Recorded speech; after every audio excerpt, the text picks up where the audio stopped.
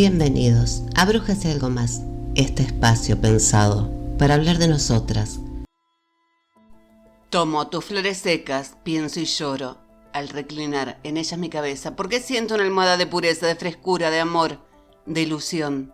Y es que el recuerdo y el tranquilo llanto que custodian los amores dan vida y dan perfume a las flores que la nieve del tiempo marchitó.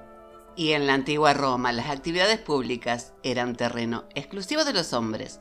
Pero había un grupo de mujeres diferente, con un estatus especial. Ellas eran las guardianas del fuego sagrado.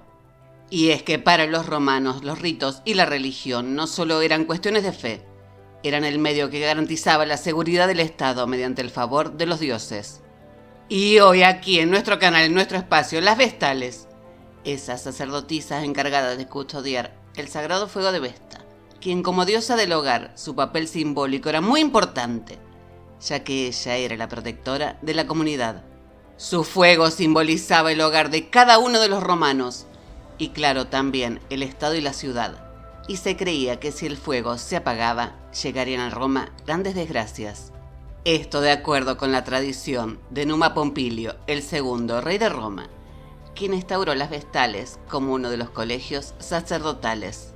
Sin embargo, su culto se remonta posiblemente más allá de los orígenes de Roma.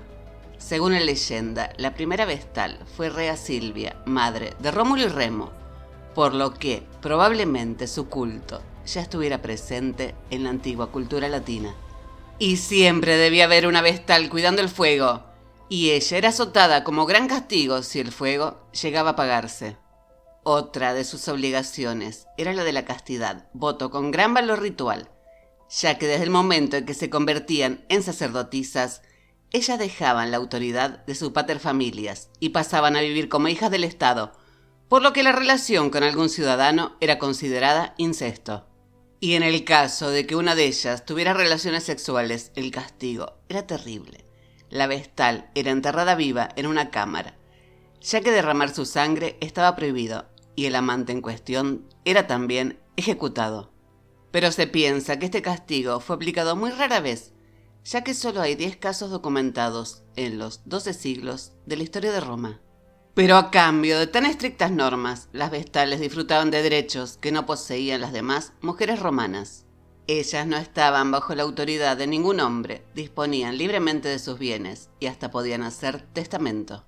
Nadie podía siquiera tocarlas, disponían de una escolta personal y herirlas se castigaba con la muerte. Ellas tenían asientos reservados en los espectáculos públicos y podían participar en las ceremonias oficiales del Estado. Su palabra en los juicios se consideraba verdadera por defecto y tenían también la autoridad de perdonar a un condenado en ciertas circunstancias. La carrera de las Vestales se dividía en 3 etapas de 10 años cada una. La primera como novicias, la segunda como sacerdotisas y la última ya como instructoras de las nuevas novicias. Y las novicias eran elegidas personalmente por el Pontifex Maximus. En base a unos estrictos criterios, ellas debían ser niñas de entre 6 a 10 años, hijas de ciudadanos romanos cuyos 2 padres estuvieran vivos y no fueran sacerdotes. Tampoco podían tener una hermana que fuera o hubiera sido vestal anteriormente.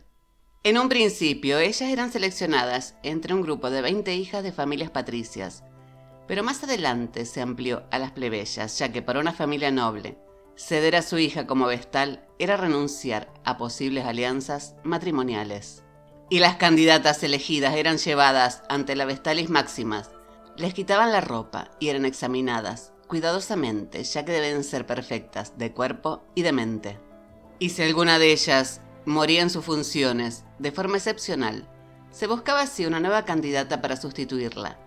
Pero al tratarse de un caso especial, estas candidatas no debían cumplir las condiciones habituales y ni siquiera debían ser vírgenes. Era aceptable incluso que fueran jóvenes viudas o divorciadas. Sin embargo, mientras durara su sacerdocio, debían mantener su voto de castidad, al igual que todas las demás. Finalizado su sacerdocio, podían retirarse si lo deseaban, aunque muchas decidían quedarse en el colegio y conservar así su posición y sus derechos. Y si se retiraban, eran liberadas de su voto de castidad, momento en el cual recibían una generosa pensión vitalicia y así ellas eran libres de decidir su futuro. Ellas podían vivir por su cuenta sin tener que preocuparse por el dinero, al contrario que el resto de las mujeres, que debían tener siempre un tutor, ya fuera su marido, padre o algún familiar. Y también podían casarse, en cuyo caso era el propio Pontifex Maximus, como padre simbólico de las vestales, quien se encargaba de concertar el matrimonio con un miembro de la nobleza romana. Y a pesar de que para la época su edad ya era avanzada para dar hijos, esto no era un impedimento. El matrimonio con un antiguo vestal daba un gran prestigio, por lo que nunca le faltaron pretendientes. Y a pesar de la enorme responsabilidad a la que estaban sometidas y los terribles castigos a los que se enfrentaban, las vestales fueron el grupo de mujeres con mayores derechos en la antigua Roma, que se caracterizaba por tener un sistema patriarcal tremendamente rígido. Y aunque no podemos decir que ellas fueran libres, ya que sus derechos iban a la par del cumplimiento de sus obligaciones, eran de las pocas mujeres que gozaban de estatus social propio y de un respeto que, en general, los romanos no le daban a las mujeres. Y espero que este episodio les haya gustado tanto como a mí. No te olvides que podés dejarme un comentario si querés sugerir alguna protagonista. Muchas gracias a todos por escucharme. Y nos vemos el domingo en Brujas y algo más.